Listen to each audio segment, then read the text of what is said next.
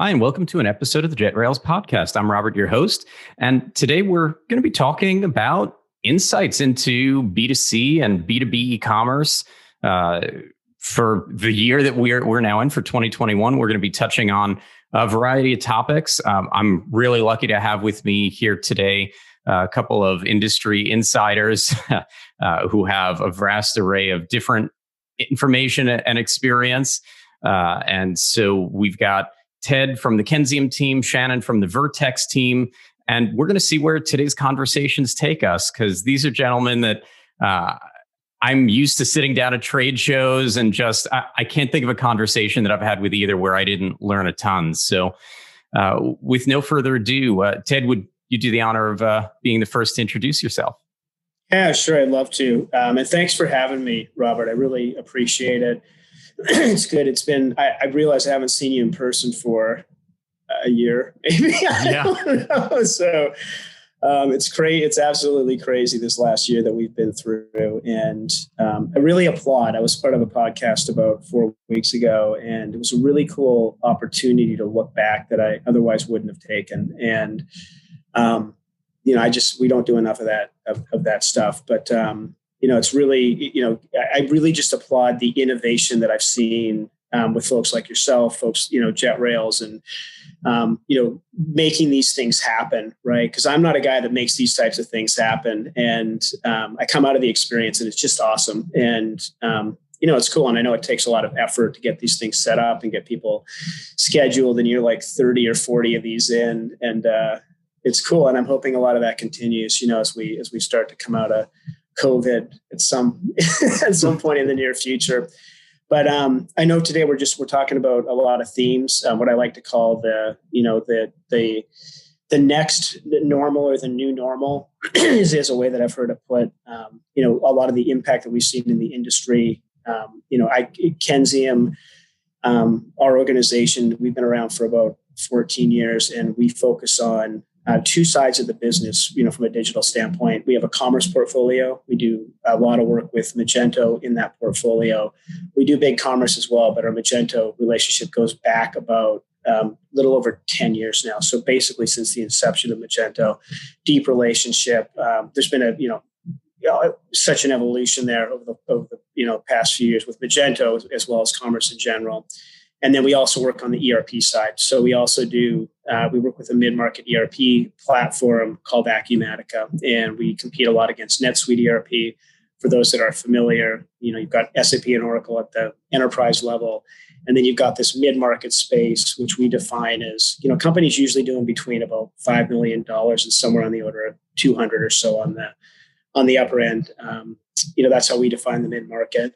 And we see both sides of it. So we see the order capture, which is the commerce platform. That's about half of our business. And we see everything that happens after that order is passed back to your, fulfillment mechanisms. Think inventory management, pricing management, warehouse management. So we have a really cool, just by virtue of what we do, understanding of how the whole solution operates. And I'll use this as an opportunity to pass this over to my friend here, Shannon, who comes from Vertex.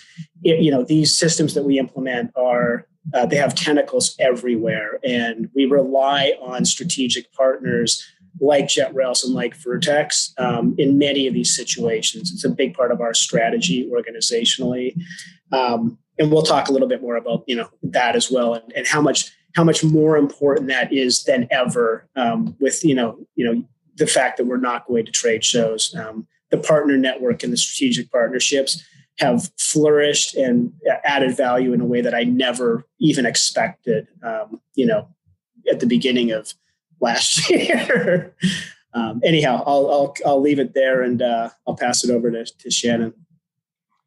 No, and thanks for that, Ted. I kind of echo that sentiment, because everybody on this call is kind of social animals, and we've been treading in the Magento space for so long, and we're used to seeing each other at shows several times a year and having that rapport building and front of mind awareness. So I think that the silver lining on the COVID pandemic is that we had such strong relationships already established, in that this kind of face-to-face, although virtual, is still sort of natural and comfortable. And we're still taking care of the partners that have made us. And Vertex is just really blessed to have aligned with some of the most strategic but solid and reliable partners in our ecosystem. And Kenzium and Acumatica and JetRails are just absolutely cream of the crop. So we've had a long-standing relationship with Kenzium, and I know that we've got a lot of mutual customers. So it's great to have this opportunity to be in this rarefied air with kind of thought leaders in our industry and people that are doing it right. Vertex, from our perspective, obviously, we're a premier partner with Magento. We're an Adobe premier partner. We're a vendor bundled extension, so we're baked right into the core of Magento Commerce. So we've definitely got very, very tight relationships there. So your Magento work, obviously, we're very familiar with, and to be the tax solution that's preferred by Adobe is really a great opportunity for us. We've been doing this for over 40 years, not me personally. I came from an enterprise solutions partner on the Magento side prior to coming over to Vertex. But in their 40 years, they've amassed tax content for 130 plus countries, 19,000 global tax jurisdictions, 4,000 plus customers. We've got the bulk of the Fortune 500 that rely on our solutions. So we're ideally suited to kind of look at B2C and B2B commerce and kind of analyze the trends and where it's going and what we anticipate. So I've been looking forward to this conversation for a long time. So thanks for having me.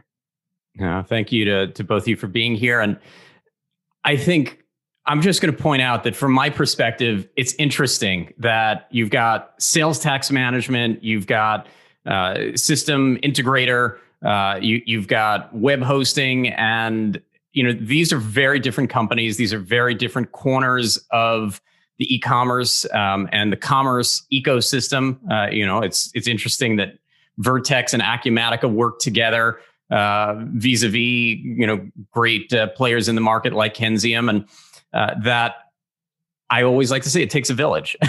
It's not about what one of us is doing individually, because if the merchants don't have everything that they need to be successful, you get back into that, chain is only as strong as its weakest link mode, and they're not really thriving and successful and protected in the way that they should be. As a business, as a company that's reliant on a tech stack. And so I think that that's hugely important. Shannon, I've got a question of something you threw a number out, and I'm always trying to process those as I go through this. You said about, was it 19,000 tax jurisdictions in the world that Vertex works with? Yeah, but the interesting thing is that of that 19,000, 11,000 plus are in the United States alone. That's what I was afraid you were going to say, because I knew that there was some high number out here. That's what makes it particularly challenging to get sales tax right in the US. Well, one of the things that makes it challenging. Expect me in a few minutes to pick your brain a little bit more there. But before I do, I always like to ask guests about these tech names, because there's often, and sometimes we can make them up, right? There's often some kind of cool story behind it. Shannon, do you have a story to how Vertex got its name, or is that a bit of a mystery? Oh, you're going to get me fired. I have no idea why the company was named Vertex. I'm sure there is a brilliant origin story for the name of our, but I don't know what it is. But now, as soon as I get off this call, I bet it's really cool. Yeah, we're going to have like a 5-minute episode where it's going to be like a retraction where you're going to have to explain Vertex. I'm going to call into your next podcast and say, hey, just a follow-up. Yeah, it may be a first, but I think we're now over 60 episodes, and we're due for something like that. That would be pretty fun. Ted, I know you've been with Kenzium since pretty early on. Do you happen to know how Kenzium got to the name that it did? Yeah, so it's funny. So what Shannon just said, so that thought crossed my mind midnight last night. And I actually shot an email to our CEO, right? And I asked that question, Shannon, because I'm like, oh my goodness.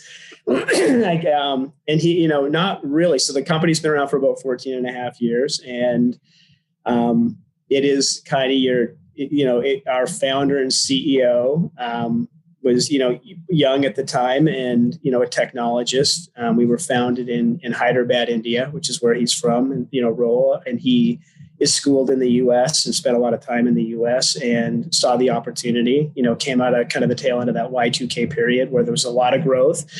We were I always characterize us as a software engineering company, a lot of chops, like we could go deep in, Java.net and the technology space. And we just early on fell into a couple of platforms and dumb luck, whatever, and they're both platforms that have just flourished and grown. Magento was one of those platforms, and Acumatica, believe it or not, was just kind of coming into inception as well. And we just started doing a lot of work behind the scenes, and that just grew, because those platforms were young and fledgling at the time. And when you're in that, software kind of phase, I guess I'll call it, you have a problem. Like all of your effort has to go into product development and products and ERP space is highly competitive. Commerce space is highly competitive. And you got to focus on that. And you need implementations and you need referenceable implementations and clients to start to grow. And, having a professional services organization is not a good idea. Different business model.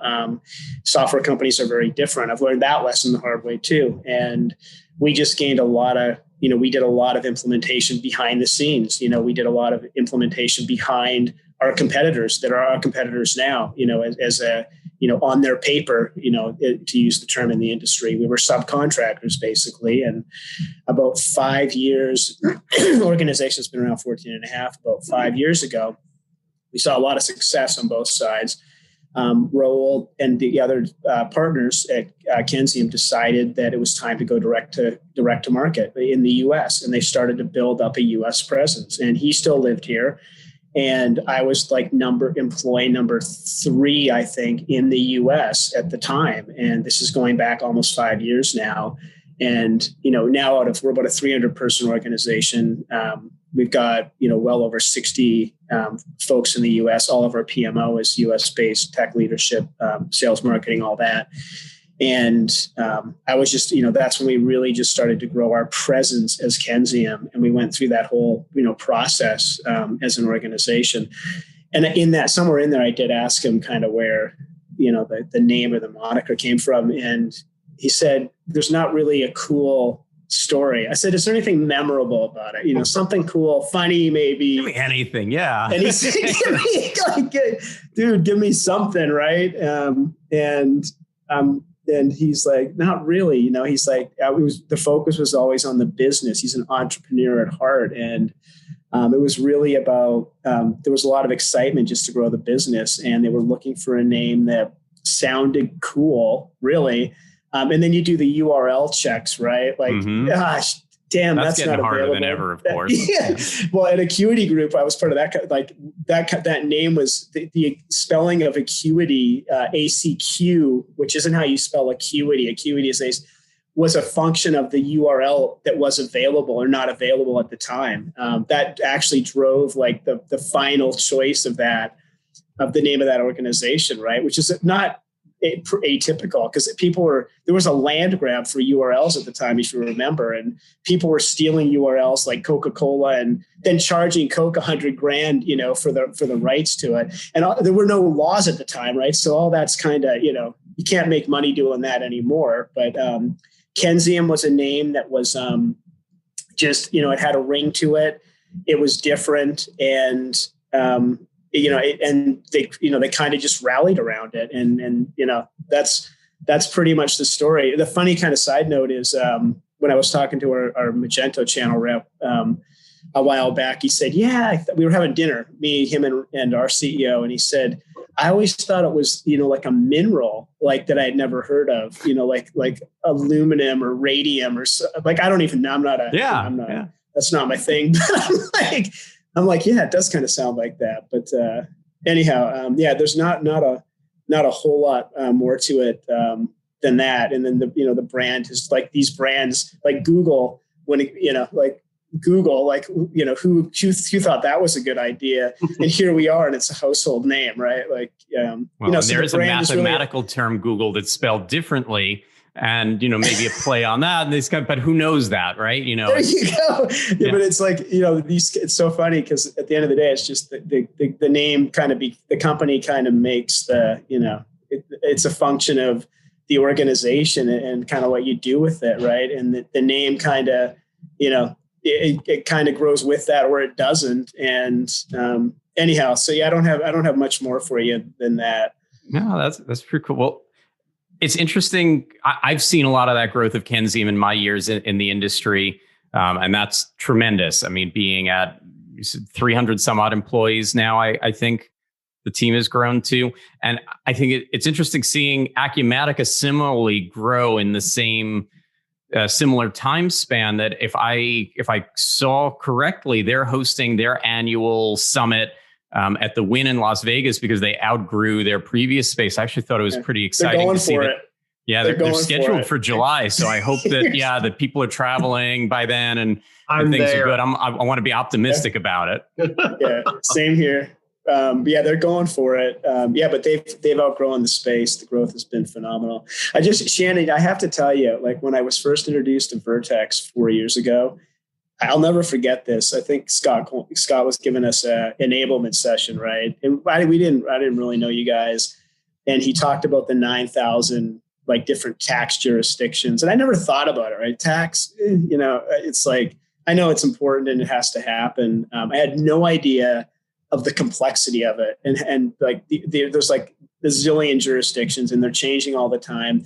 And he threw us like a Snickers bar and a Twix bar, like down on the table. Like we're in there with like, 5 of our leadership team, and he throws it down into the center of the conference table.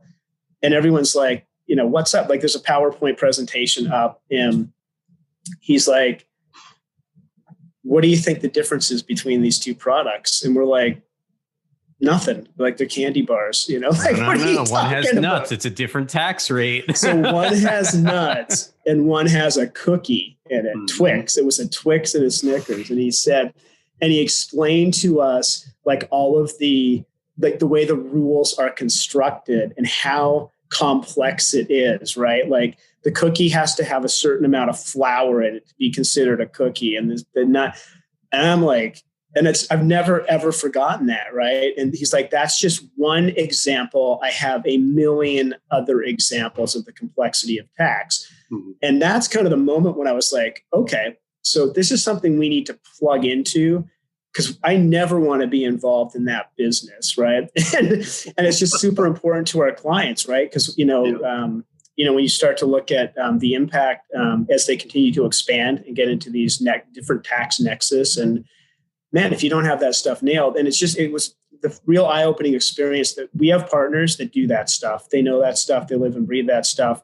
We could never in a million years like do that or get into that or would want to get into that. And that's true of all of our strategic partners. Like you mentioned, Robert, like, we're 3 companies that on the surface, we're in totally different businesses, right? Like when would these ever cross? In the digital space is when these cross, right? And they all become important. And we've got, a dozen other partners that kind of fall into that category too, because it's complicated, right? It touches everything. These systems are mission critical and they touch absolutely everything, every aspect of your business, like every nuance. And anyhow, the candy bar example is just something that it was one of those moments where I'm like, I really like this guy. I think this is going to be a good relationship. That was a good presentation. And it's funny because I've been in a million presentations and I couldn't even tell you what they were about, but you always remember how you feel coming out of a presentation. Like I remember that like almost 5 years later, and it's crazy. And it's always made me think when I go into any presentation setting is that's what people remember. They felt good about it. They thought, wow, that sounded credible or that was interesting.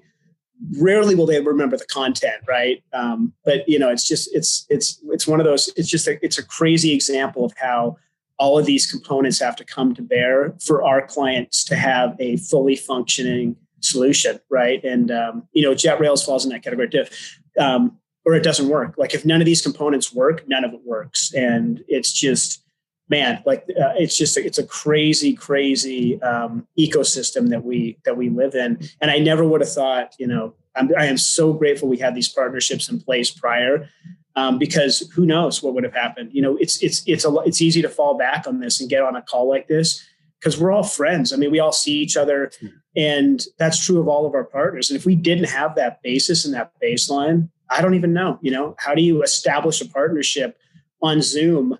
I don't even know. I'm still out daunting. There doing it, but yeah, it's challenging.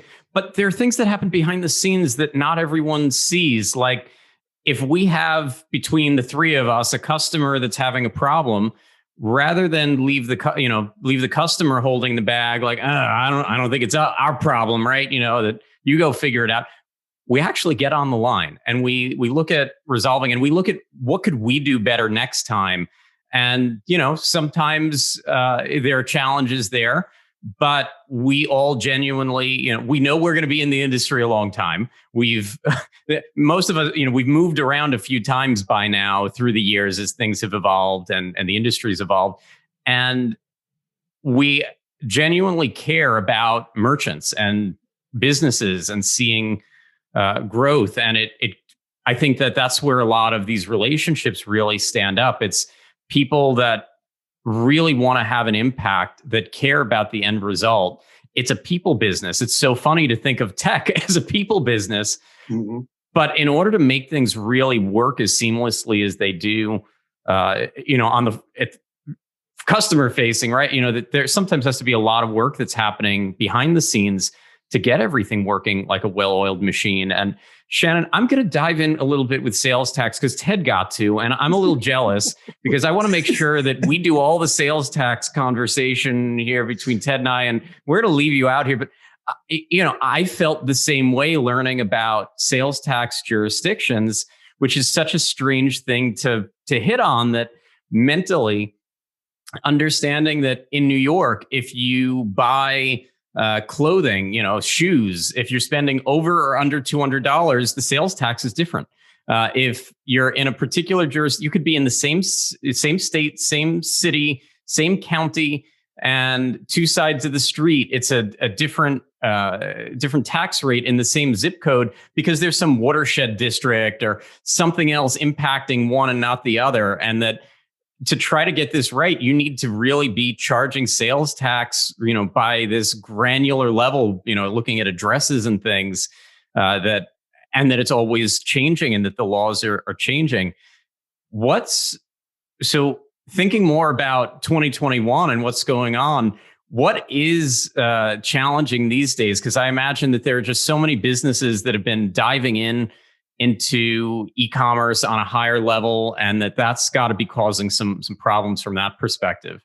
I'm going to go back and give Scott Coleman and Aaron Kissling a great big hug, because to have our partners come on to a forum like this and be able to be so eloquent about tax and what they've heard and what they understand, and that Scott's presentation resonated with that Twix bar and the Snickers comparison, he's going to be thrilled. And those guys were both awesome, by the way. Like it's fascinating and it's very nuanced. And the funny thing is, now that we're post-COVID, they're probably going to start taxing the left Twix more than the right Twix. And you think I'm kidding, but I'm not. The tax, you heard it first here. Yeah, the U.S. tax code right now is over 70,000 pages. And so to have people out there who are trying to manage this manually, it's going to be very, very scary in the wake of COVID. And it gets down to things that people don't think about every day. Like I went and got a bagel at my Dunkin' Donuts right around the corner because I'm addicted to Dunkin' and everybody knows it. But if they package the bagel and they don't cut it and they don't toast it, it's taxed one way. But if they cut it open, toast it, and put cream cheese on it, then it's taxed a different way. And these kind of nuances are really important in the wake of COVID, because a lot of restaurants that used to have dine in and sit down at the bar are now using delivery services, third-party delivery services that they've never used before. And who's responsible for the tax there? And how is that food taxed now that you're eating it in your home versus eating it in the restaurant? It's things like that. And people are relying on marketplaces marketplaces more than they ever did before. They're selling products and solutions that they never did before. Like they pivoted to create hand sanitizer and masks in the wake of COVID instead of the normal product offering that they had in place. All of those things are taxed differently. So and just expanding into global jurisdictions or cross-border selling or even achieving nexus in a state where you hadn't normally before is going to create tax and compliance implications that I'm absolutely confident that they haven't comprehended. So relying on this partnership network that Ted was talking about and Robert, you had echoed is 100% true. We are partnered with solutions like Acumatica and Kensium because they're best in breed ERPs and solution providers. We don't want to write the code for connectors. Ted and Kensium, y'all connected us to Acumatica. You connected Magento to Acumatica. And so, you've got SAPs and Oracles that are great ERPs and they're doing what they're supposed to be doing. But they shouldn't have to be responsible for being great at tax. You need a partner who's great at tax. And so being able to have Robert here from a hosting perspective who can host a solution and Ted, your team can connect a solution. It's just a great family to be in. Very, very fortunate. Yeah, I Scott and Aaron, I love those guys. Shout out to those guys. So if they're listening to this, but you hit on something so profound, Shannon, when you were just talking, that I've realized. Look, we're talking about like what, this last year that we've been a part of. And if you kind of tease out or separate out, there's been a lot of heartache. There's been a lot of challenges. It's been a very difficult time for a lot of people and organizations. And I don't want to dismiss that, right? It's fun to talk about, the proliferation of commerce and the acceleration of commerce.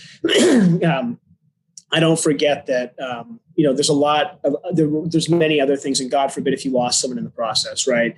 Yeah. So there's all of that aspect, and we've all lived through that. And like me, you guys, I talk to a lot of people in a lot of places in a lot of countries, and this thing is everywhere, and I don't mean, people turn on CNN and see that. Like I talk to people living it like day in and day out, and it's pretty overwhelming, how pervasive this pandemic has been and how it's just impacted everybody. I don't care what business you're in, but we have seen some trends coming out of it, right, that are going to persist. And one of the biggest ones is the proliferation of commerce, the acceleration of commerce. And, it first kind of came to my attention. I remember back in April, and I was listening to Nadella, the CEO of Microsoft. Satya Nadella, yeah. Yeah. And he had said, this is probably April timeframe, and he said something like this pandemic, and this was only a couple of months in,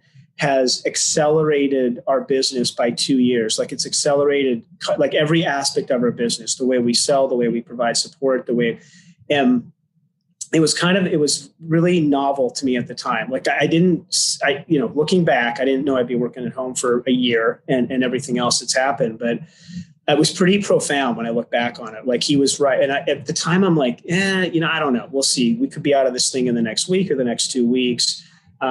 It sounds pretty dramatic what he's saying. And maybe it's just Microsoft. They're huge and they see, they're global and they're kind of seeing all the different sides of this. And it turns out, and then I was listening to a partner talk with Big Commerce, like their town hall, the town halls that they hold, where Brent Belm, their CEO, comes in and talks about, the state of the state, basically. And it's a really kind of cool town hall format. And he said the same thing. We've accelerated commerce by 2 years. Like it was always accelerating, but and now he'd probably tell you it was 5 years or 6 years. And they're absolutely right. Like we've seen this, there's so many aspects to this. And the first thing that had to happen is people had to get digital, right? They had to figure out how to get people to work from home. Like there was just this basic fundamental, thing that had to be addressed. And that's how do we get people to work from home in a secure way? And depending on who you are as a business, that can be pretty challenging or super challenging, right? And it came on so darn fast, right? Like it just all happened within about a 6-week period. But I absolutely agree. I think commerce has always been the greatest growth, like secular growth story of the 20th century. Like since 2000, the beginning, the last 20 years, nothing has been as exciting. Like Amazon, if you had $5 in Amazon stock back in 2001, you'd be like a billionaire now, right? Like it's just been this incredible ride. Like we've never seen anything like it. And, so it's always been like this awesome growth story. And I've always loved it. That's what I've always loved about the business that we're in.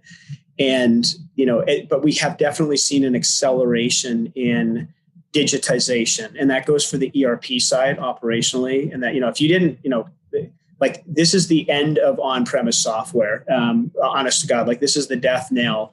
Because cloud computing is if you weren't doing it before, you are 100% evaluating it, or you're doing it now, and you figured out how to do it. And we've seen that with companies like Zoom, and just this massive acceleration in cloud computing, and commerce goes right along with that. And the things that kind of get lost in that mix is everything else that you get when you get an acceleration in commerce. Tax is one example of that, right? Like the things that you're not thinking, like it's great that we're seeing this acceleration in commerce, and our customers are trying to figure out, how do I get a piece of that? Like we have distributor manufacturers that 10% of their business is online, and that part of their business did phenomenally well, but they want to get more of their business online. And the problem is it's not as simple as acceleration of commerce. As commerce has accelerated, so has online fraud, like dramatically. Like if you think about the opportunity for fraud, it's increased as along the same lines as the acceleration. And there are things that are happening in the midst of that I think that's a lot of the part of the challenge as a merchant, that you're busy, dealing with merchandising and marketing and customer service and support and fulfillment. And are you really thinking about, they put chips in credit cards, and now, if you're going to try to use a stolen credit card, replicating that chip, that's not how you're going to do it. You're going to the things throw you're it thinking online. about are like what you're talking, like you're thinking about how do I accelerate this market, merchandising, advertising, social media. Yeah. Those things are kind of the obvious, and those things aren't easy. That's not easy either, by the way. That's moving complex. targets. We think we're on Facebook and we're on Twitter, and we think social media is easy. We think that I order something on Amazon and it shows up at my door in 6 hours, like that's easy. This stuff is like, you should be amazed when you order something on Amazon and it shows up on your doorstep the next day. Like you should be absolutely in awe of that. Because 10 years ago, 15, like that was that, like it is just incredible that can happen. And we're in this age where that is a reality, and we're talking about drones and like all these other things. But there's 1,000 for everything you're thinking about, like the merchandising and how do we get more product, and you're worried about your supply chain and your distribution network, because those are the obvious things that are going to have to support these online sales. What about tax? What about fraud? What about the thousands of other things that come into play that we've been talking about? What about those things? Well, here in web hosting, we saw people jumping over not thinking because about it.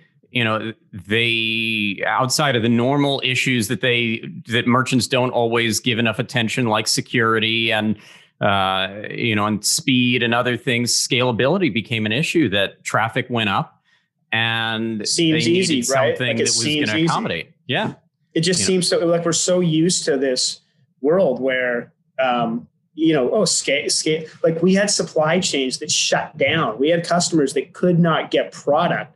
Like we had to get 200 laptops and get our folks enabled. And, we're still waiting on orders for iPhones. We're still waiting on orders for machines. Like honest to God, we are still waiting for some of that because the supply chains were so decimated. Yeah. And, who knew how fragile, that these systems that are in place are. Like I've never been in a situation where I've ever questioned that when I order an iPad or an iPod, that it shows up at my door the next day, or I can go down to the Apple store and I can just pick one up. Like whenever have I thought, if I want to buy an iPhone, it's always, and man, that's not the case. Like these aren't limitless systems that we're working with. Well, and then, I'm going to add to that complexity. It's that, so a lot of businesses had to move fast, and they needed to, it was survival mode. and in some cases still is. And not always for the worse. Sometimes they saw major increases in business, and that's a good problem to have in a lot of ways as a merchant and what have you. But now they were dealing with store pickup. Now they had employees that they started, because everybody's working from home anyway, that they started hiring people remotely in different jurisdictions and probably weren't thinking much about tax nexus. And, and so you start to get these kinds of things. Yeah. I mean, but you're hitting on a lot of the operational aspects that, in the traditional sense, our customers decide they want to go online, they come to us and we solution it out and they go online. Right. And it's just, that's a huge project and a lot of effort has to go into that and investment.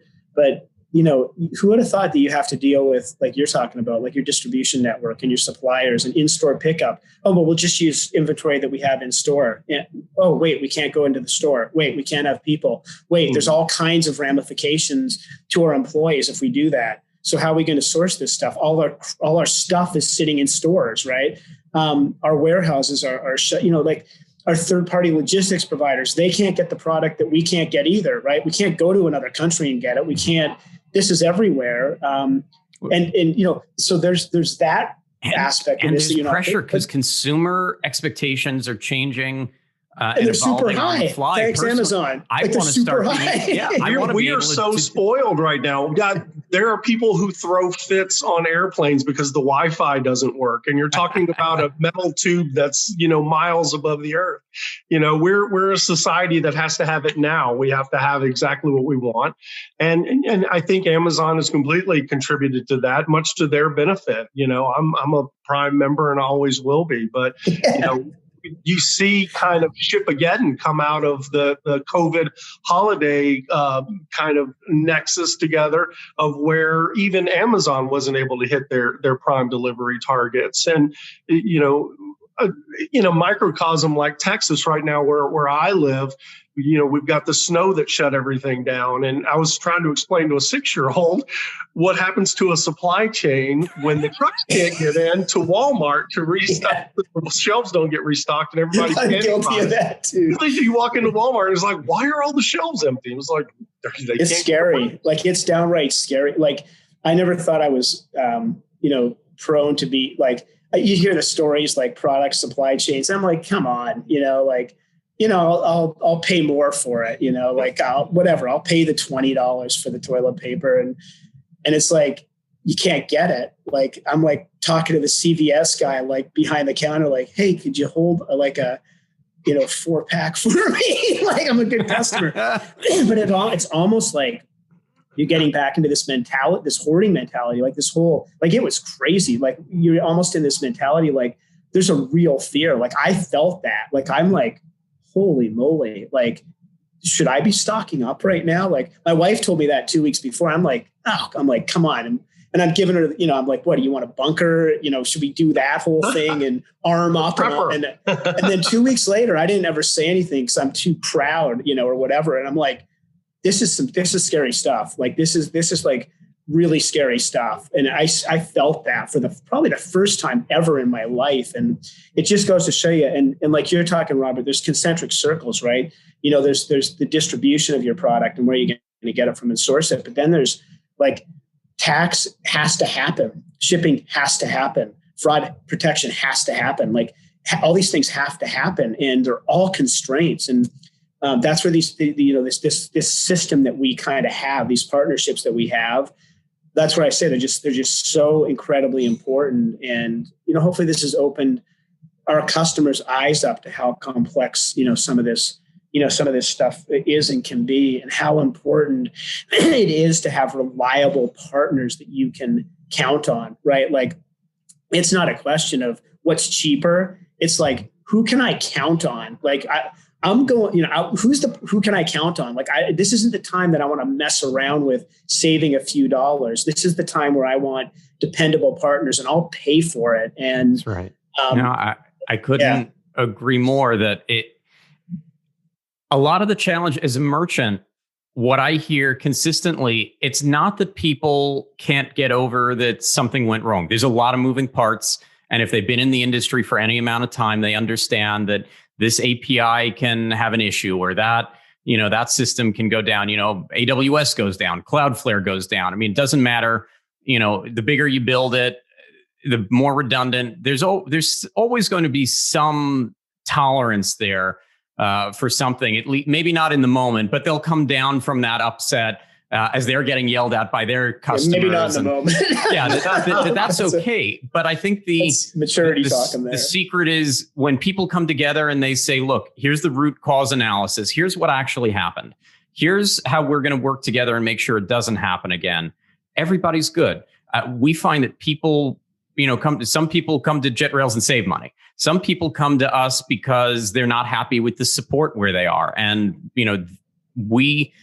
we brand ourselves as mission critical web hosting because we work for e-commerce merchants who anything that's going wrong with their site is cutting into their bottom line. This is their business. It's not an afterthought.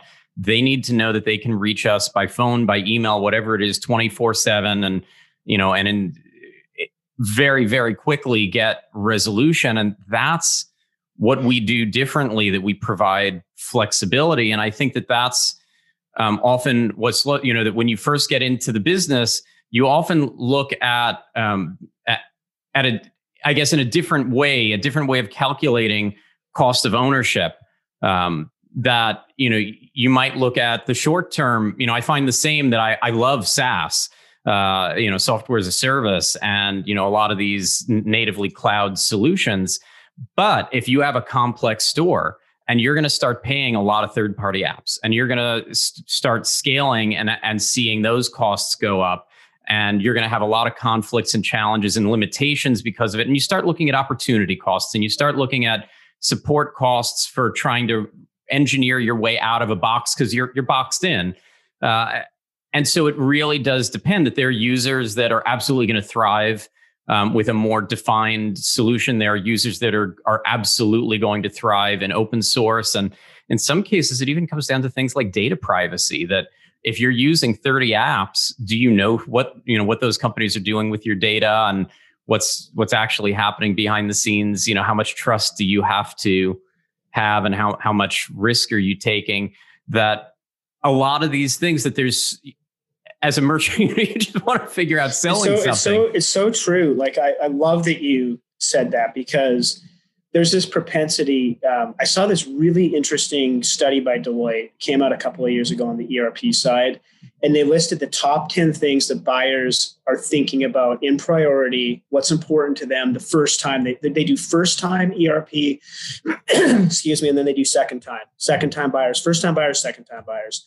First time buyers, cost of the software is number one. And then the list just goes, cost of the implementation is number two. Feature and functionality is probably number three. Partner's capability to implement are like 9 and 10. And I kid you not, like I took a snapshot of this because I show it to our customers sometimes. Second time, and they looked at 2,500 clients that had been through both. Second time buyers, top of the list, like 1 and 2 is the partner's capability, the reliability of the platform, the ability to implement, the ability to work through issues. And cost doesn't go to the bottom, but it's like number 9. And I swear I'm not kidding. It is like number, and you look at that as a seasoned person in this industry or a seasoned merchant, and you totally get it. Like, it rings so true because you get what you pay for. And it's really hard with newer clients that they just haven't been in the space. Distributor manufacturers, right? B2B, retail's direct to consumer is relatively new, because they always think you're trying to pull one over on them, right? I feel like a used car salesman, and I just have to like dial it back, right? Because it comes across as yeah. But this one's so much cheaper that even if it fails, I can still go in a different direction. Yeah. And I've had clients tell me that. And before a board, this was Wall Clippers, I said, it's not as easy as you think. Like, I know you're putting us up against a provider that's they're either lowballing it, no disrespect, right? Mm-hmm. But it's easy to put a number on paper. And you can go down that path, and you're probably thinking, that's a third of the cost. Even if they completely get it wrong, it's still going to be cheaper, right? I've got problem 3 is times when the money to pay. when they get it so wrong because it's one of their first implementations, they don't follow any proper best practice, and you have to throw it out. And then so it was a third the money, but they're out that money. It's gone. But it's way worse than that. Like it's like a messy divorce. And I told them what you said, Robert. I said, best case, you can unwind it, and it's just cost you the cost of that implementation and the time. Worst case, you're out of business. And I know that sounds dramatic, but we have customers that they have literally been on the verge of going out of business because it was a bad implementation and a failed implementation. And, risk isn't real until it hits you in the face. Like, I'm a slow learner, right? Like, I have to learn everything the hard way.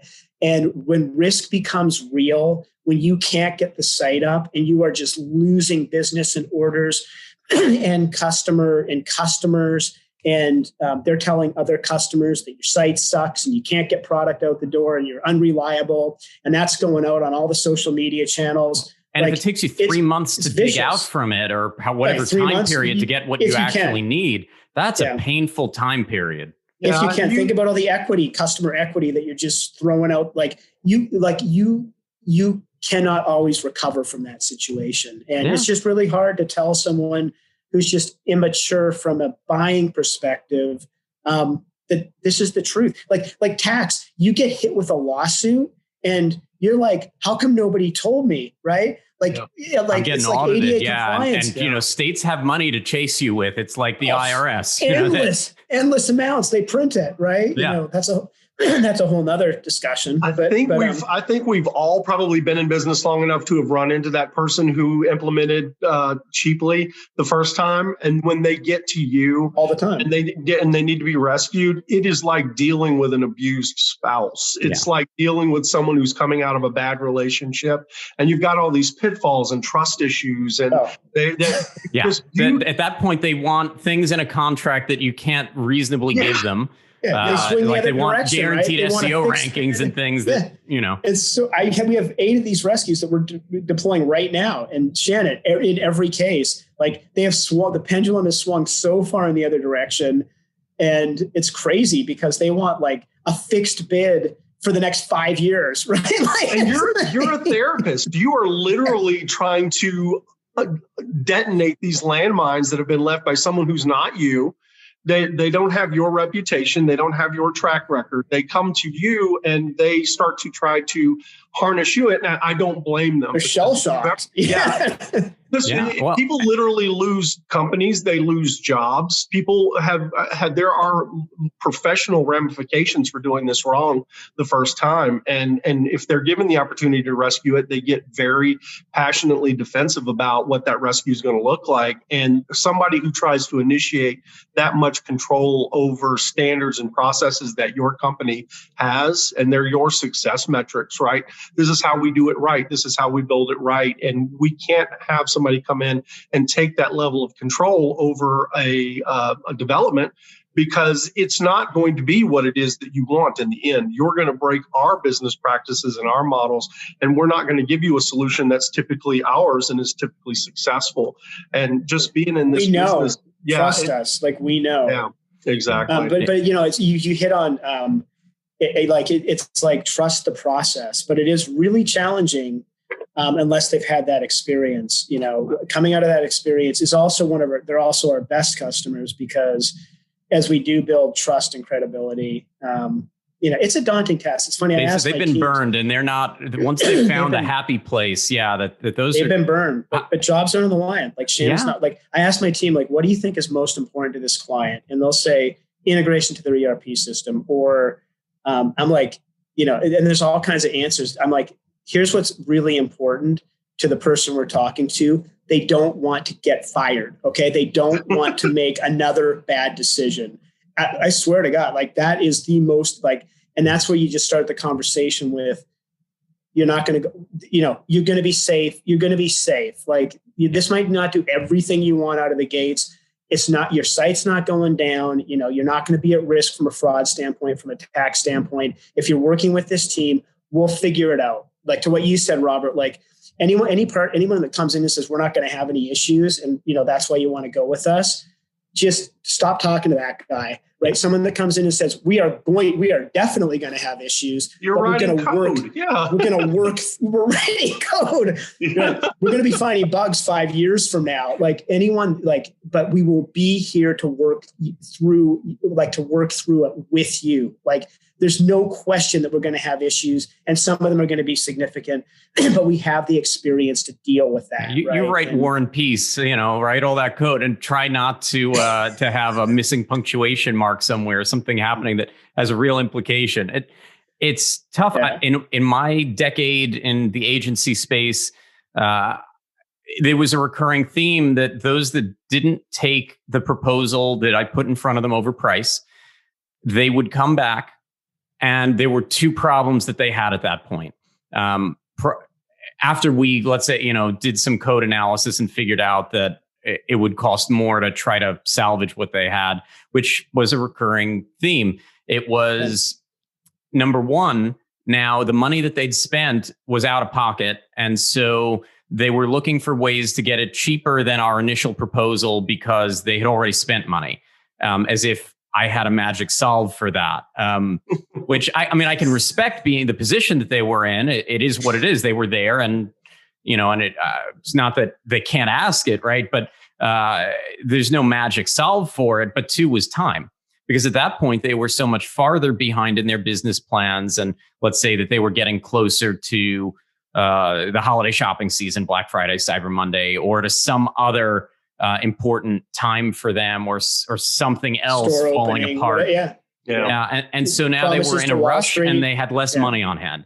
And that's the sort of thing. Look, we deal with it in web hosting. And they can't get it wrong again too, right? Yeah. So they can't afford to two strikes and you're out in this, I think. That's not a fun place to be, right? No. For us, we see it often with security that folks go for their own cloud servers at AWS or wherever, instead of having it go through a team like us, or they go, save some money. Yeah, unmanaged or poorly or minimally managed hosting. I don't want to go particularly negative there, but and they don't have, as e-commerce merchants, properly managed web application firewalling and intrusion detection systems and malware scanners and so on and so forth.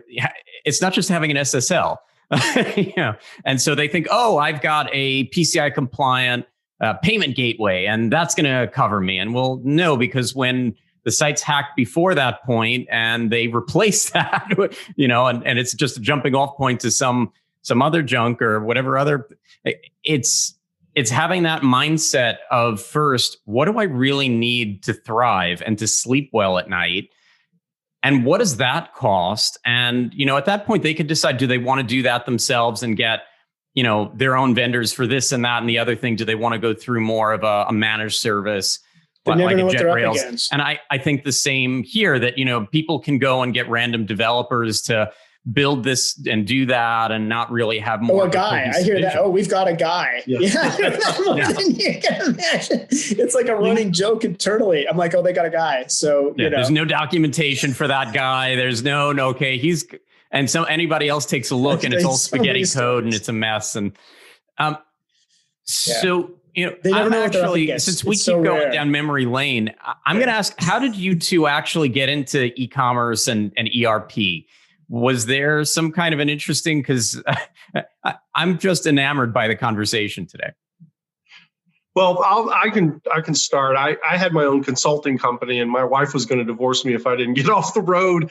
I was literally traveling. That story too. yeah, exactly. I had my own company, and I had been in hospitality as a general manager and director of sales and marketing for hotels for 15 years. And then I decided that I knew everything about hotels, so I was going to teach people how to do hotels. And I went out and did that for a couple of years. And then we had 3 kids, and my wife works a full-time job. So I started looking for something that I could apply my talents to locally. And I came up upon a company here within the Dallas-Fort Worth area that was looking for a director of sales and marketing for an enterprise partner with Magento. And I didn't know anything about Magento. And I knew e-commerce just from having dealt with our websites, working in hotels, and what I would recommend people do with SEO and things like that strategy for their sites and their booking engines. So I had a crash course in Magento and e-commerce, and I did that for a couple of years, and I saw everything from the battered wives syndrome all the way up to, the second worst thing, which is B2B companies that have been doing it, the same way for hundreds of years. And this is how my grandpa did it. And we've got a catalog, and you call our regional guy and he'll give you a quote and you'll haggle over it. And the POs COVID broke that. I mean, because nobody's going to a showroom. No one's going to a merchandise mart. No one's going to a trade show. By and large, right? Not nearly the normal numbers. And so those that were still coasting by, sending sales reps to go for in-person visits and sit down with a catalog and write up paper, that's just, I can't think of many industries where any of that's happening. So all those B2B stragglers it goes back to what Ted was saying about, and I had said we're spoiled. Anybody who's dealt with an e-commerce scenario, and then they have to go to work and they do their B2B ordering in the old traditional fashion that Grandpa did it, it's torturous. And so B2B companies and manufacturers and distributors have now come around to say, okay, we have to remove the friction. We need to make this easy. We need to be able to do POs and quotes and duplicate orders and file exemption certificates and all of this stuff. It needs to be done digitally, and it needs to be more of an automated process where, we take out the middleman. We're dealing directly with our product. We're dealing directly with our catalog. We can do it quickly. We can minimize the staff that's required to have to complete these activities. And so, they don't know what they don't know. And to have that conversation and introduce them to technologies and establish credibility and have them feel more comfortable with things being automated, like orders, like POs, like tax, kind of taking that tax officer out of the equation who's going through the tax tables and figuring out where they have nexus and trying to be compliant in all of these jurisdictions, to be able to leverage that type of technology in their business scenario. B2B is going to eclipse B2C by light years in the coming decade. They're going to be the biggest growth factor in e-commerce. And it's really excited to see these industries come around. And it is the silver lining, having it accelerated by COVID, to have more and more of them jumping on board out of necessity and survival than just, okay, we kind of need to come around to the future. You know what I mean? Well, and I think come around's an interesting euphemism. So everything you said, like spot on. B2B is going to be 5, probably much greater than that, what we saw on the B2C side. There was a term a few years ago called the consumerization of B2B. And what that meant was, you've got people in B2B businesses that shop online. They understand the Amazon experience, and they're starting to wonder why we're not doing that with our customers who happen to be other businesses. But why are we using a green screen? Why do we have to send somebody over there? Why, why can't we just, kind of let them order the way that I order from Amazon? Why can't we put our catalog online, or our catalogs, right? But there's real change is hard, and there's just real logistical issues with, getting 20,000 catalogs for all your suppliers online, digitized, up to date, on an ongoing quarterly basis, enriched, making sure it's consistent. It's a massive. And these businesses, PIMs and all kinds of things. And that's It's crazy. And we're talking about trends here, and that's always been a trend, right? That's been an ongoing trend. But now they're in a position where they can't wait 5 years to do it, right? You can't take the time. And there's a huge amount of education that goes into these discussions because it's just so new to them. Distributors, our classic story is a distributor who's doing $100 million, and they manufacture O-rings, or they distribute, and they do a healthy business, and they've been around for 50 years. And they're like, why do I have to, the guy whose name is on the door is the guy writing the check for the software. And he's like, we build our stuff internally. It's just not, tell me again why we have to do this commerce thing, like whippersnapper. Like, why is it so, like, I build $100 million business. What have you done? You know? And they're just, all of a sudden they're in this situation that nobody anticipated, where it's become imperative. Like, you can't, like you said, Robert, like, you can't send your sales guys out. You can't operate the way that you've been operating. And in there's a lot of opportunity, but it's scary. Like, there's just, there's so much. And if you're a distributor and you don't have a better direct to consumer, you're terrified of your distribution channels. Disintermediating your existing distribution channels is your biggest concern. Like, that is always what they're terrified of doing. So direct to consumer is pretty daunting, because of that. But this is the acceleration that we're seeing.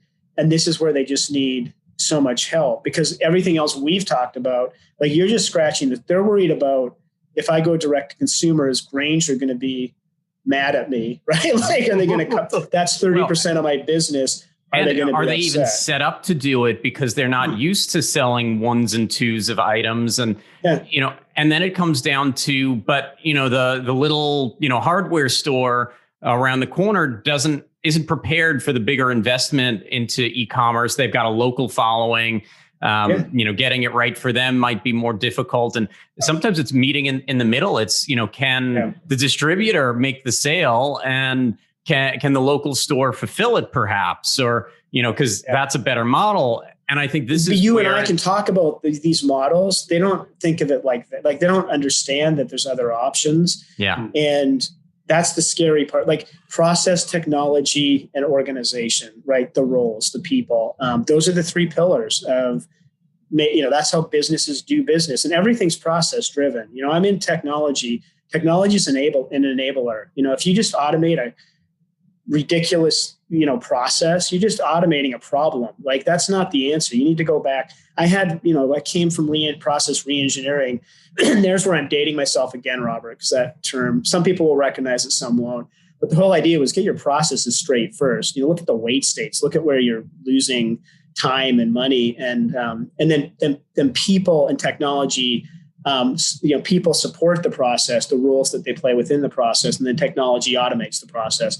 And those are the three components. And you're just talking the tip of the iceberg. Like, to make the statement, I'm thinking about going direct to consumer, right? A very simple, high level statement has ramifications that are so deep and broad that, it's like you have no idea what you're even getting yourself into. Like, there's so many things that have to be considered.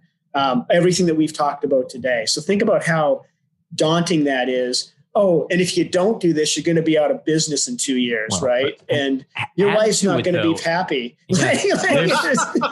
There's another layer of complexity to B2B, though, and going back to processes and getting that right, that a lot of the B2B organizations that I had helped to bring into e-com, that the first challenge was that they had processes that made sense, or maybe didn't, but that they had developed and were really, really steadfast to, from their antiquated, from their legacy sales channels. And they really, just how they do things, right? Yeah. That's just how they do things. I don't every think customer's ever got a different discount, right? Every customer pays a different price for that same item. And that's the tip of the iceberg, that they need different people to log in to request the item versus approve the purchase. Things that when they first probably looked at e-commerce a few years ago, maybe 10 years ago, that would have been more difficult to deal with. I remember beer distribution, and my head being just, spinning in circles when they explained to me that, well, Robert, we have to charge a pallet deposit and a keg deposit for every keg. And I'm like, okay. And that's just step one. We have to sell it by the truckload, and they can't fit more than can fit in the tractor trailer, and this and that. And they're going to charge a certain delivery, whether it's a half trailer, full trailer. Okay, we can get some of that math. Pen, Robert, are you getting this? Are you getting this down? Yeah, and then they 10 hours to go. But Robert, we charge a different amount for every customer for those pallet and keg deposits. And I'm like, okay, wait, I have a solve for that.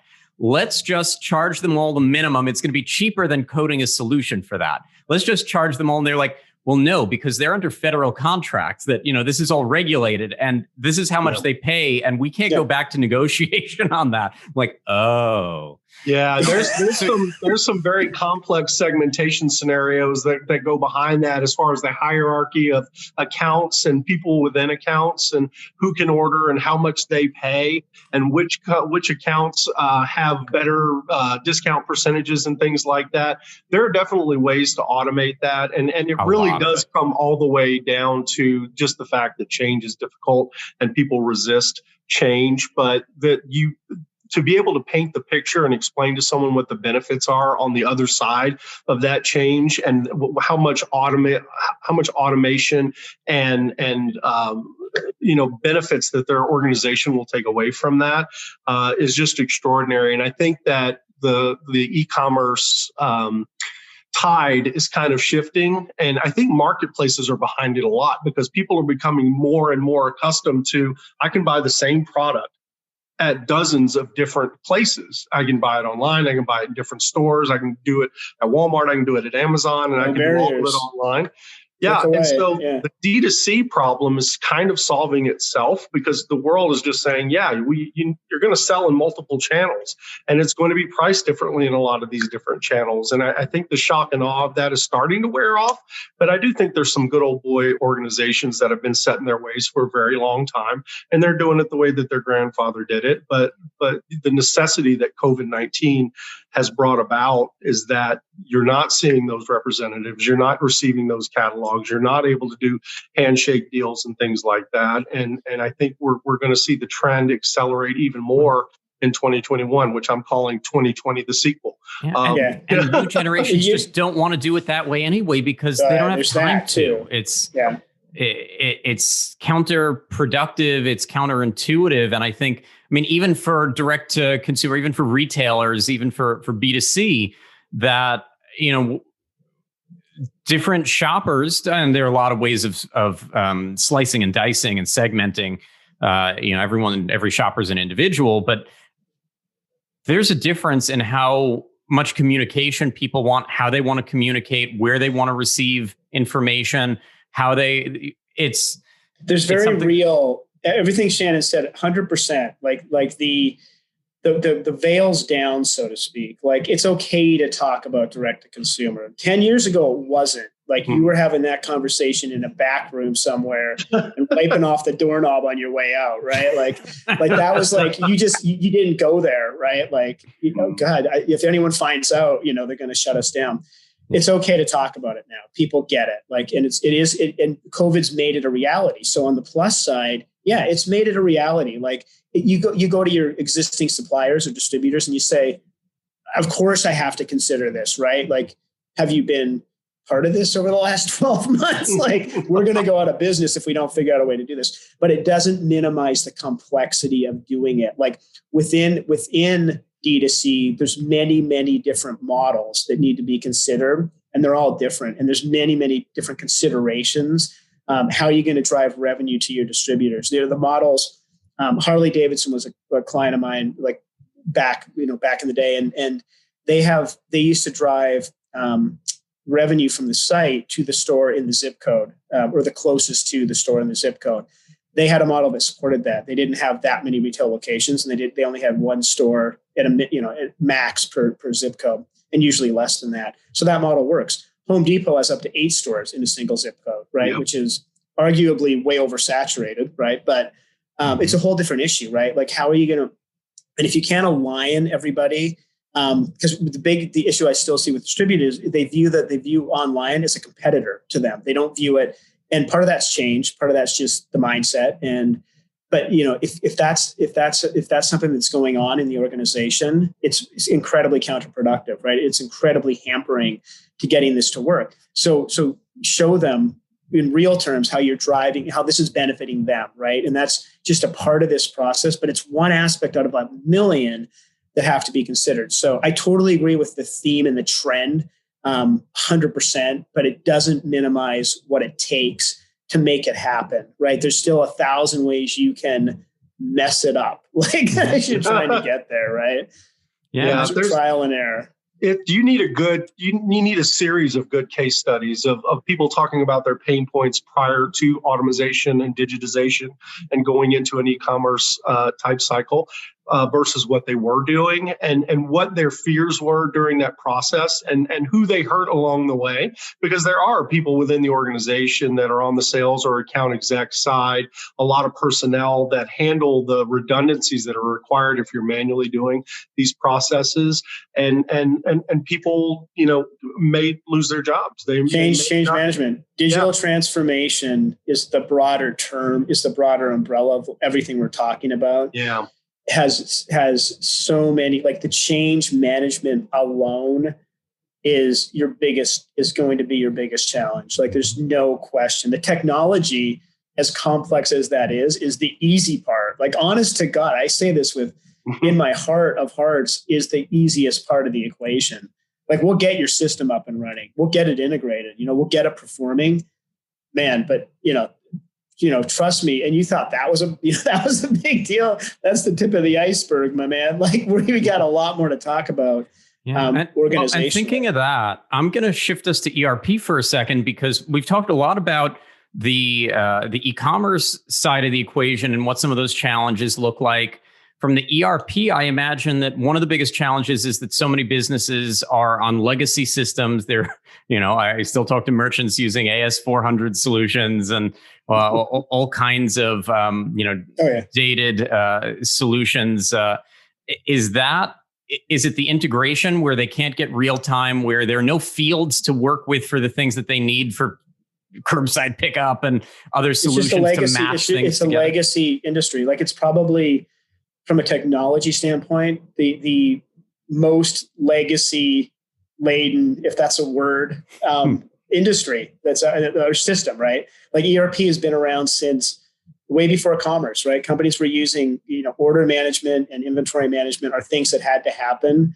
Like, I don't know, 100 years ago, right? Like, these, and a lot of these systems have their history in, they've grown up over time. Oracle and SAP have been around for a long time, man. And that's just inherent in the issue. Acumatica happens to be a cloud-based solution because they're newer to the equation, access from anywhere to anywhere, which all of a sudden enter COVID and wow, that really matters. If you have to be on premise to use your systems, like that's a problem. And, if you're not in a secure data center somewhere and dealing with efficiency there and redundancy there, all those people that still have, these kinds of mission critical applications running from their own offices, from their own servers. That's over. Even banks have figured it out. Even financial institutions have figured out how to enable people at home. So that'll increase confidence. But it's an interesting thought, because when I look at tax, for example, so we built Vertex's integration into Acumatica, right? I said Acumatica, not Magento, not a commerce system. They have that already, of course. But isn't it interesting that these are not cheap? You got a good deal, Shannon, but these are not cheap. When companies go and they build an integration, it's like the App Store. You take it for granted that you can download an app. That app costs that company $100,000 to put in place, and they've got to keep it up to date for multiple operating systems. Like it's a $1 million investment, right? So that you can just download it and leave it on your phone for 5 days. I think is the average life of an app on your phone. But that's a significant investment. Like for Vertex to build an integration to Acumatica, which is a lesser known name in the space, it's a huge decision. But put your money where your mouth is, right? When you start to see that level of investment into an ERP platform, which traditionally they wouldn't have done that, that just tells you how important it is and how important it is to Vertex that they can reach into these B2B companies, because these B2B companies aren't going to be on Magento anytime soon. And Vertex knows that. ShipStation knows that. And the more innovative organizations are building those relationships because they know it taps them into. And then when they do come online, guess what? We're already your tax provider. And we've got an integration for that too. And nothing's going to change. It's going to be one less thing that you have to worry about, and they like you and it's all good. But that's kind of probably the biggest indication that, from an ERP standpoint, from a distributor mindset, that, that's what you're starting to see evolve, and pretty dramatically. And it's significant investment, these companies are making into ERP. ERP, the systems, they are what they are, right? And that's all, again, Vertex recognizes that, right? Sage isn't going away tomorrow. Epicor is not going away. Dynamics isn't going away. We've got to figure out a way. In the big scheme of things, we're probably 10 years away from that. So in the big scheme of things, geez, 10 years, my daughter's 6, and it feels like it feels like I remember when she was like 6 months, right? Like the time flies, but 10 years for a business, as they're looking to grow and expand Vertex and their customer base, 10 years is a tremendous amount of time, in that journey. You can't let that go. Plus you got stiff competition, And I think, one of the threads that I'm sort of, hearing that's common is about flexibility, is about being able to innovate, is about what integrates with it and what's going to integrate with it tomorrow. Because if you're on a platform that it doesn't have that kind of movement, and that you're not going to be able to take advantage of the latest e-commerce technologies and have things working together on, front of the house, back of the house, like having the same sales tax systems front and back, that sort of thing. Yeah, for sure. These are linchpins. Once you deploy your site, here's the bad news. That's table stakes, right? Now you got it. Now we're talking all the things that you have to do. Companies are overwhelmed with that type of implementation. So now you're ready to actually start doing business. And that's going to take 10 times the investment and effort that, you just put into this deployment. Well, I think that's the reason why we've kind of taken the route that we have at Vertex, and that we've aligned with the ERPs and the e-commerce solutions, subscription billing, procurement, all of these different solutions is just what Ted is talking about. We want to be everywhere that you're doing business at the speed of business, right? And it's one of the huge differentiating factors of Vertex is that we have the 3 different deployment models. So if you've got these companies that insist on being on-prem, we've got an on-prem deployment. We do cloud. We're angling towards becoming a cloud-first, cloud-only type company. And I think that's the nature of technology. I think everyone's heading that direction. And then we've got an on-demand solution as well for people that are looking for a kind of a hybrid solution. But integrating into POSs to do in-store retail, we've got one of the few solutions that do that POS tax, deploying Vertex Lite right there in the store. So being ingrained in omni-channel, B2C, B2B, all of these other places where things are moving, plus ERPs, it's getting aligned with all of the technology that is going to be completely necessary for the nature of business in 2021 and beyond. Well, just think about the evolution of, and I know we're probably coming up on time, Robert, but just this one thought, kind of encapsulates this idea that businesses do need to be everywhere. I'm not saying your traditional business is going away, but 10 years ago, a manufacturer manufactured, a distributor was a distributor, a wholesaler, a retailer, and they did not cross. We did not see crossover among those.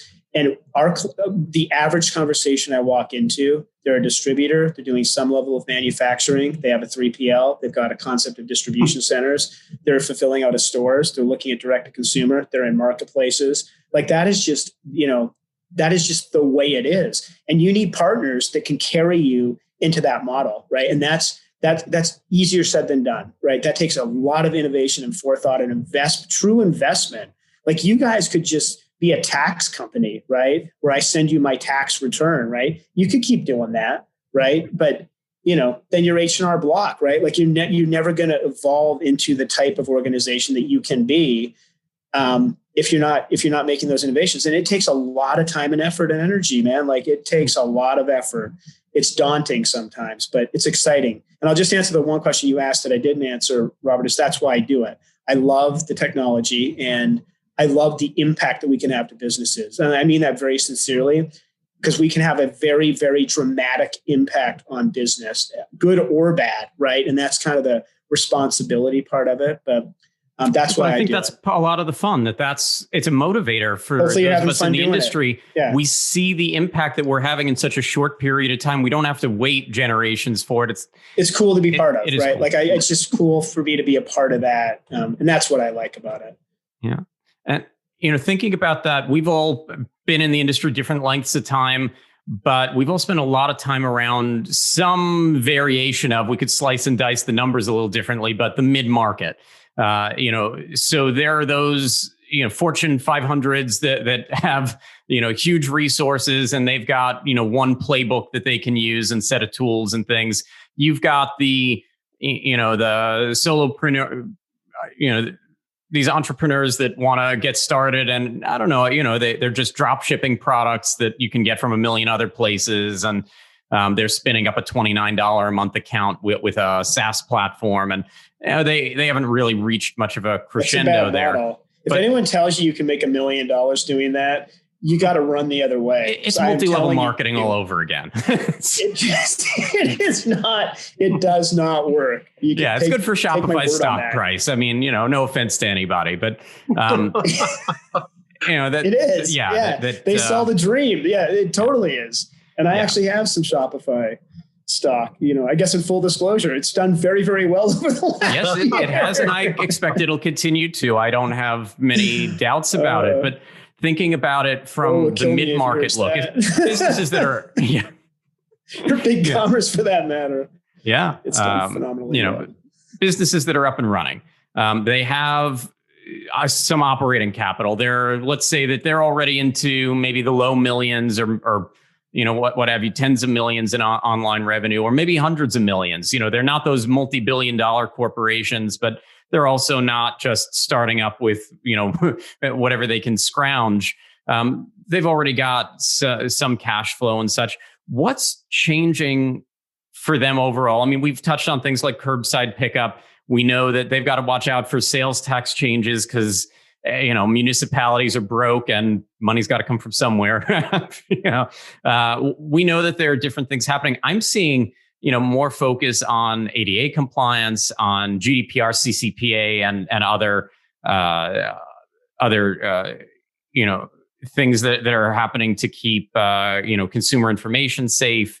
Altogether, that there are these things that it's kind of like I remember when things went mobile, and it went from you need the website to now you have to have a mobile-friendly website in order to service the greater community and meet consumers where they want to be met, where their expectations are. Are either of you seeing any other interesting trends, anything that you think is maybe different in the last year or so, or will be different soon? Other integrations that they need to be looking at and have? Mobile, it's always moving. Mobile first was like, it has to be responsive. And now everybody's like, well, you need to get a PWA. You need headless commerce. It's got to be faster. And it goes back to the human race has become so impatient that we can't look at a screen for 3 seconds without being exasperated. And I think removing the friction and making it effortless is something that I think all technologies are going to be moving towards. And trying to grease kind of the tracks of commerce to make it as frictionless as possible. So I think that's the biggest thing that I see coming down the pike. I don't think anything's ever going to be the same. I don't think the people that went into an office before are going to be returning to an office. Yeah. And I don't think you have to be selling millions or billions of dollars online to have a very complex business model. Having a bunch of places where you're selling into jurisdictions you never had before, products that you never had before, solutions, even services, people that come and mow your lawn and clean your house, you're going to have to start taxing that in a lot of jurisdictions where you never had to before. If you can afford a babysitter, you can afford your taxes. They say 2 things are inevitable: death and taxes, and we're one of them. I just filed my tax return, so I have a guy, right, like that I've used it for 12 years, and people that do their own taxes, I'm like, why? Well, I'm going to save some money. Listen to me. You're not saving any money. Like I promise you. But what I would just echo that. Like nothing has ever really changed. Like COVID has accelerated some of these trends. This has always been the case. You need to be able to evolve with your customers. You need to know your customers well enough to know how they buy, how they want to buy, and you need to stay ahead of that curve, or your competition will. Like that has never ever changed. And COVID has just put a bright spotlight on the inefficiencies or some of these areas that you were maybe thinking of getting into, like that Now you have, but that's always been the case, right? Like we have always had to evolve to service your customers, or you lose them. Because the other trend, the barriers have come down. It's easy to move around. Customers are much more savvy. They're much more strategic. They don't care if they know the sales guy anymore. Like that model is just dead. Like it doesn't work that way anymore. They want to go with the partner. It doesn't mean that the salesperson can't be reaching out and answering questions and making them feel good. But oh man, it's totally. Thank you. Like, don't get me wrong. It's not important, but the role needs to evolve. Your sales guy doesn't need to be taking your order for you, right? Your sales guy should be talking about you with you strategically about what you can do with the business and what he's seeing, across the board with all of their other clients. Hey, did you know that this distributor's doing this? And these guys are thinking about this. This seems like it might be a great idea for you guys. Something you could, like that should be the role. So that's what I mean when I say, the whole thing, absolutely. The personal one-on-one interaction, the relationships will never go away. And it is highly important. No question about it, but it needs to evolve. That time should not be spent walking you through a catalog, right? Unless there's some strategic reason, for doing that. Unless your business really, has elevator operators and washroom attendants and, and a phone switchboard operator, sitting there plugging wires. Like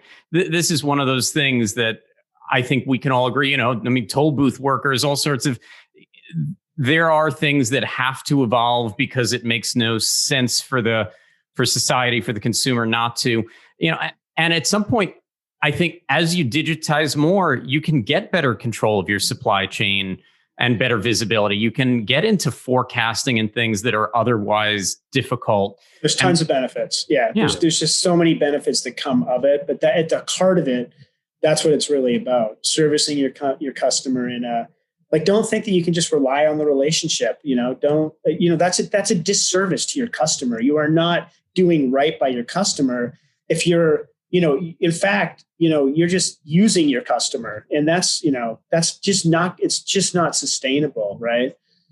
Yeah. And if your business is going to stagnate and you're not going to evolve, I tell you what, there's 100 college-age kids right now working hard to disrupt your industry. And they're coming to your business. There are a million that are out of work right now. It's a very, very small world right now. It is. It's a small world. That's and a scary if you don't thought, evolve, others will. And you have a whole new crop of people coming up that they don't even know what the concept of going into a store is. Like, they go into a showroom, they interact with product, they like my daughter's got a nanny, she's 23 years old and she's been with her.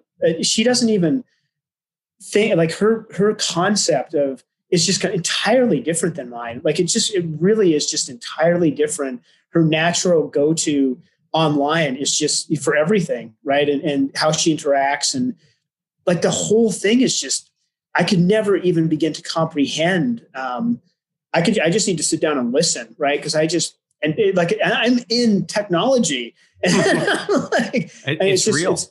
I don't understand social apps and what those can do, good and bad. Like if you watch The Social Dilemma, on Netflix, that'll scare the crap out of you, especially if you have kids. But social engineering, like it's crazy. And the amount of interaction and time that we spent, like I can't even fathom, growing up in this age. My daughter has an iPad, and that's scary. And I can't even figure out she'll show me, she'll be like, oh, I'm watching this video. I'm like, well, I want to see it. I want to make sure, it's, and she's just like, she's 6. And I'm like, where did you I don't know. It's just, it's coming, right? Like, and there's just evolve or die. I mean, that's kind of what it comes down to. There's so many businesses that are still focused on getting curbside pickup right. And I'm at the point where I just want curbside returns. I don't want to stand in line for a half hour in your store with a bunch of coughing people next to me and like any of that. I want nothing to do with it anymore. And nor will you a year from now, because you're like, I know they can do better. And I love people, but that's not where I want to spend my time. That's not how I want to spend my time. People, right? Amazon made it harder. It was that I could box up the returns and drop them off at a UPS store, wherever, and that was easy. So easy. And now there has to be a barcode. So my wife is sitting there printing out barcodes so that I can have them. But they've got to add a label for each package. And so I've got 10 returns and I've got to wait in line and they've got to scan 10 barcodes and label. This is BS. Like, yeah, what gives? I don't want to be in here. I have a tape gun. I grew up in a manufacturing and wholesale business. Like, what do? You go somewhere else, right? Like you turn in a different direction and you go to someone that can do it, not because you don't like them. And, you're going to hear guys, you're going to hear it here first. And I want you to remember that it was me that said it. Within the next 2 years, retail stores are going to have drive-through windows for returns. Yeah. It's all coming for sure. And retail stores, not enough. If McDonald's can do it, they can do it too. We need drive-through windows. Yeah. And there's that, but then just the whole store concept. I mean, let's talk about commercial real estate and that whole debacle. Like if you're in that business, distribution centers, right? That's the hot real estate right now. The now. Apple model is the model of the future. The showroom model is the model of the future. Interact with the product, high end, really, really good experience. Maybe you can purchase product there, maybe you can't, but the shopping is going to be done online like it has been for the last 10 years. Yeah. I go to Best Buy as a showroom, right? Now they're starting to evolve too, but a lot of those digitally native brands like a Warby Parker or what have you, Bonobos, we see a lot of that also where they started online. And so what they open up brick and mortar is absolutely just a showroom. They're not going to hand you anything there. Yeah, it's the model. The model just goes in all directions. Or like Tesla opening up. I mean, that's a whole other can of worms, but you don't need to drive off the lot. They don't need to have the big lot with 1,000 cars. They just need you to be able to come and pick, and they'll deal with delivery and fulfillment. Warby Parker is a great example. Like, they backed into showrooms and it's like, as I would expect, right? Like I want to go try this on. Like I just expect that I can download their app and I can just go to their store. And I'm not a heavy user of technology in my personal life. Not really, but I expect I can download an app. I can look at product. My wife wanted a pair of Doc Martens, right? And I'm like, okay, I'll just, let's, and one for my daughter. So they had matching shoes. Right. And nice. So I just looked up the app. I went down to the store. She tried a pair on. We had to wait outside and do the whole COVID thing. She tried them on and I just told them, my wife's mother-in-law is going to get these for her and it's going to be a birthday gift and this and that. We just came to try them on. They're like, cool. And that was it. I just expect that you can do that. And then they can, my mother-in-law can find the cheapest price wherever she wants to. They've got pretty good brand control. So, it's going to be the same, but I just expect that. And I'm not near the heavy tech user that a lot of people are these days. Yeah. I mean, look, I mean, you could take one look at me and know that I'm a techie, but you need a turtleneck. You can always tell the creative guys a sweat jacket or something, right? I need a zip up the pullover. The pullover. Yeah. Like I always take my cues from like the tech leaders, right? Like when you see what they're wearing and the pullover, which I was opposed to 2 years ago, because I was always like the jeans and the sport jacket. Yeah, that's what you would see, tech leaders wearing. But you look around, I mean, it's the pullover. Like the pullover is the new sport jacket and jeans. Like I went from at trade shows showing up in a full suit with tie to, like ditching the tie to ditching the jacket to, going to the jeans and sport coat. Totally. And this evolution to where now when I'm at trade shows, which it's been a while, but it's a t-shirt and jeans. And because what never changes, you have to know your stuff, right? Yeah. Like that's as it should be. But it's totally, it's just So we got pullovers. So every piece of this industry evolves so quickly. It's like every time I'd show up and I was overdressed. And it happened and it happened and it happened. And I think I've stopped. I don't think I can go. And that's cool the first time. The first or second time, it's like, oh, I'm up in the ante. This is a good thing. And then you quickly realize no one's talking to you. I want to talk to that guy because he looks like he has, he gets his hands dirty. Well, and from that tech perspective, I think that's the you ever other. Talk to a mechanic wearing a suit? You really do need to talk to different people in the room because you hit on it. So I'm a techie by nature, but am I using every new social platform as it comes out? No, thank you. There's certain things that you have to always be open to the fact that, there are different people out there. And as a business, you want to be able to service them where they are, how they want to be serviced within reason, but it has to make sense. But you don't want to be left behind. The other thing that we have to bring to the table always is the value to the business. Like something else that you just kind of struck me is you can get caught up in the technology too. Like VR is not here yet. That's not a good, it will be in 15 years, like the stupid looking goggles. People will be wearing those, but regularly, but it's not here. Like that's not a good recommendation for one of our clients right now. We have a jewelry store we're working with that they're working with a partner like that. And they've got some really cool tech and it's awesome, but they're like, they don't know what to do with it. Right. They're like, we just want to sell more. Like, I don't know if that's, and they kind of got caught up in it and they went with that partner and they're coming back to us. But, you got to be cautious of that too, right? Like there's always the Internet of Things. Sure. It's coming, but let's keep you current, but let's not push you out to the bleeding edge of this stuff either, because that's not going to be helpful either.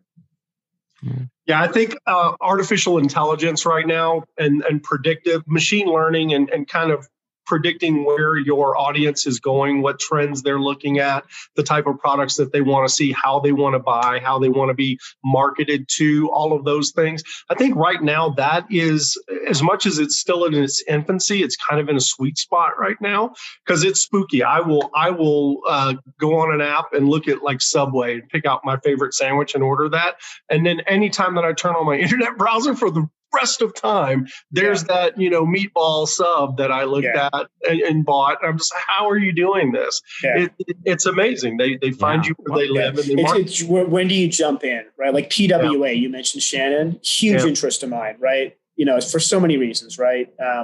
When do you jump in? We're having these conversations right now with two folks, like two companies, because we're just, the question is, I tell them in 12 to 18 months, you're going to see this everywhere. It's, but do you want to have to re-platform in 12 months? Probably not. But there's a cost to it. The front end development is 4 times what it is otherwise. Yeah, because none of the extensions, none of the apps, nothing is pre-integrated by and large. Right? It's only just catching up. So the things they don't understand, like the Google algorithms, the algos are changing in April or May, right? And speed is all of a sudden the number one consideration for web vitals rankings. Yeah. Like we have one client that came and told us that, and we definitely don't want to invest another $100,000, in traditional Magento to deal with that again. So let's talk PWA, and that's the path we're going down. But that's a very real concern. They don't, most companies don't know that. They don't know that their search engine ranks are going to just, all that investment is going to it's out the freaking window, basically, right? Like the Lighthouse rankings are going to be so bad that it's going to impact, like they don't know that stuff. And that's where we need to help them understand, is this the right time to jump in for you? And the answer is, for this one company, yes. For the other one, again, back to it's not going to put you out of business. You're not going to lose your job over this. It's going to be everything you need it to be. And that's okay right now. And then we'll address that again in, 2 years. That's the value of a great partner right there, is making those recommendations from kind of a place of neutrality. I mean, honest conversations. And if you can forge a relationship where you can be painfully honest with someone and tell them you're going to be in a bad spot or you're going to be okay, I think that's probably the biggest benefit of finding a good quality partner and making that relationship count for your business. Well, and I think having conversations like this, as a merchant, getting folks like the ones that you're hearing today to provide some insight, because for instance, Shannon, you just mentioned more of the artificial intelligence, machine learning side of things. There are enterprise products that help with that. And there are companies, upmarket, like, and even, for mid-market, like eCommerce that offers some really cool tech and others. But then there are products that are more catered to SMB, and some have moved farther down market or have at least versions or partial solutions down market. And, the Just Unos and High Conversions and Wigzos of the world and all these different cool solutions that as a merchant, I'm going to keep thinking of more. I mean, Springbot has some awesome stuff for a long time now, and it was effective, for years and years price-wise, that when you start to look at which one of these fits what we do, and why haven't we deployed it yet? As opposed to, I hear these buzzwords and I don't even understand what I'm missing. Sometimes it is doing that homework, doing that research of, okay, there's a whole category of 20 of these companies now. Why is that? Why are they growing? What's the prevalence? And what am I missing? What do I need?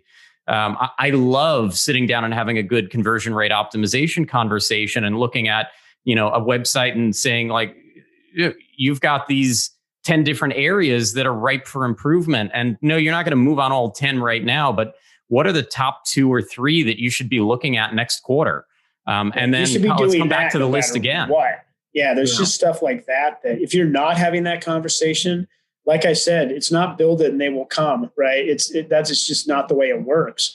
It's like you should be focused 1,000% on conversion optimization, and but again, to the point, like that, this is why you don't want to have to worry about tax, like all this other stuff that has to keep happening. Like you want to be able to focus your time on the things that really, really matter to the business. And CO is a big one, probably arguably the biggest. You have to have traffic, and you need mobile strategies to drive traffic and SEO strategies to drive traffic. So that's definitely important too. But, the conversion is the other big one. Average order value would be the other lever, but super important. And I love having these conversations too. It just makes me think. It keeps you. It keeps me in the game. So I appreciate the time with you guys too. Yeah, gentlemen. This is going to be one of our longer episodes, but I think worth every second of it. I really appreciate your time today for this marathon. Any final words before we wrap it up? I just want to thank you guys, truly. Like these opportunities, as busy as my schedule is, and I'm always like a little resentful coming into any of these. I'm like, I don't have time for this. I always walk out of it with a better perspective, always, like 100%. So, and I need to be doing these, it's the only way, talking with you guys, people that are, they keep you on your toes, right? Things you got to be thinking of. And the day I can't have these conversations is, the day I got to think about like what I'm doing. Well, look, as long as your corporate insurance policy covers my sessions, then we're in good shape. Yeah. That's I'll just PayPal you. How about that? Yeah, this has been great for me as well. It just underscores the value of a great partnership. And you guys are fantastic, and you're brilliant, and you elevate my game. I always come away learning something or taking away terminology that I didn't have in my arsenal before. So it's the second best thing to grabbing a beer in Vegas or New York or something like that. And hopefully sometime in this calendar year, we'll get to do something like that. So hopefully very, very soon. Well, gents, thank you for letting me coax you into this. And, from my perspective, this is a labor of love. So always great to connect with other people that look at it in a very similar light where, they wake up in the morning just motivated to go out there and do what we do. To our listeners, as always, thank you for tuning in. We hope you'll subscribe wherever you're consuming this insightful and amazing piece of media, and reach out with any questions. We're at JetRails pretty much anywhere you can think of. As always, stay safe, stay healthy, and happy selling.